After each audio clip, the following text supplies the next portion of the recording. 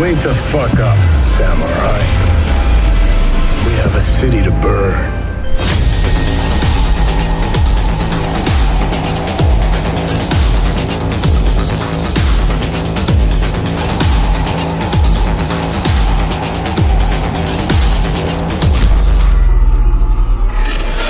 Before we dive in, let me make a quick apology. CD Projekt Red wouldn't allow us to use our own recorded gameplay for this review. So unlike a typical IGN review, what you're going to see while I talk about Cyberpunk 2077 isn't entirely representative of what I experienced when I played. But that restriction is only temporary, so when it comes out, we'll publish a new version of this review with our own footage to show you exactly what I'm talking about. Also, keep in mind that we haven't gotten to touch the PlayStation or Xbox versions yet, so what I'm talking about here is specifically the PC version of Cyberpunk 2077, which I played on a GeForce RTX 3080 GPU. And now, on to the review. The quality of an open-world RPG often isn't defined by the strength of its main story, but the side missions around it. With Cyberpunk 2077, CD Projekt Red has built an entire game around that philosophy. Apart from its surprisingly short but utterly compelling central questline, the vast majority of what you can do in Night City is entirely optional, but still extremely impactful. This more free-form structure isn't without its faults, including loads of distracting bugs, but the strength of the missions themselves and the broad and interesting choices you have within them make Cyberpunk 2077 one of the most exciting RPGs I've played in recent years.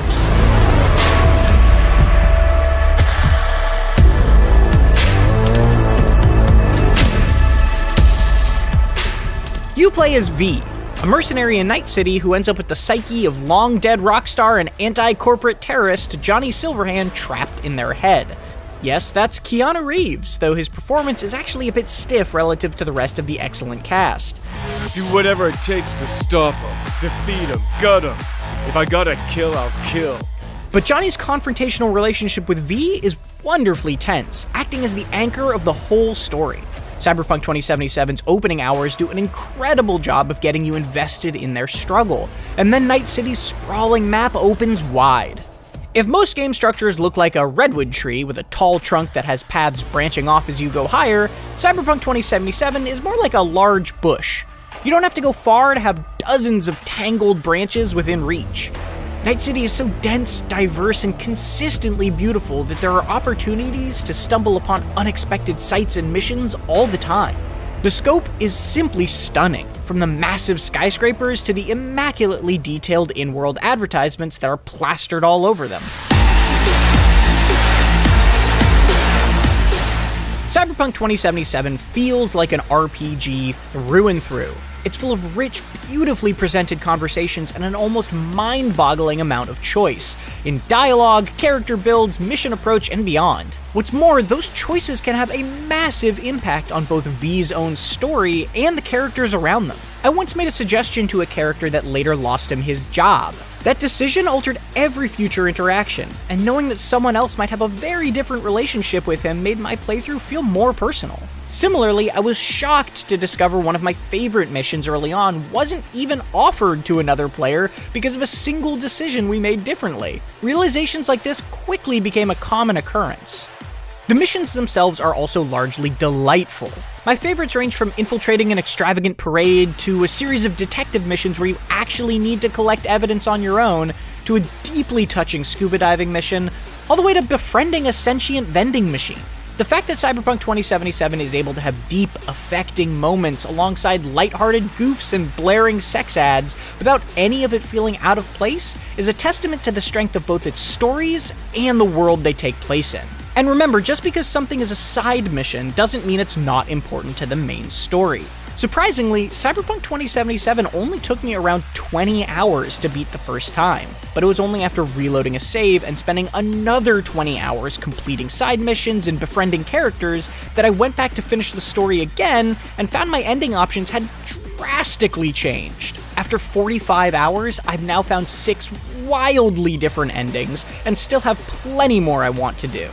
While this freeform structure is impressive, it did create a false sense that I was failing to make progress at times. 3 percentages relating to different aspects of V's journey are presented like progress trackers in the menu, but they don't actually function that way, making them frustratingly misleading.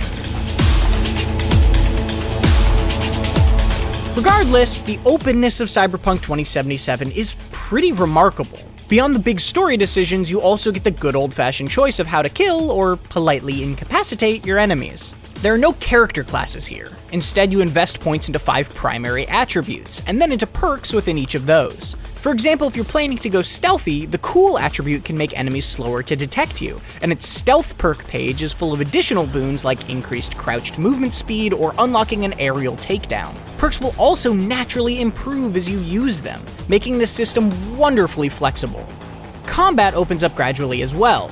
While I didn't love the gunplay initially, I eventually found unique weaponry and clever cybernetic augmentations that elevated it above simple pointing and shooting. Some guns can charge up and shoot through walls, while others fire bullets that seek out enemies, and cool iconic weapons add unique twists with flashy looks. Add in cyberware that lets you slow time, double jump, and more, and it's just a matter of time before you find some custom combination that clicks.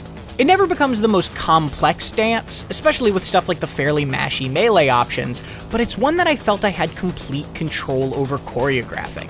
Of course, my V's policy was always to try sneaking before going loud. Similar to combat, stealth isn't much deeper than crouch walking out of sight, but planning my route and using quick hacks to do things like blind guards can be an engaging and fun puzzle. Like in a Deus Ex game, I was able to complete some missions without ever drawing a weapon, which is rewarding in a different way than cutting off someone's head with mantis blades. When things do get loud though, a special commendation needs to be given to Cyberpunk 2077's music. The soundtrack is fantastic throughout, but the combat music stands out, driving the pace of fights directly. So we have to talk bugs now. I've only been able to play the PC version so far, but even so, the frequency of bugs was a frustrating nuisance. It's nothing game-breaking, but hardly an hour has gone by without something going awry, and performance is only okay even with very high-end hardware. That makes me especially worried for what last-gen console versions might be like.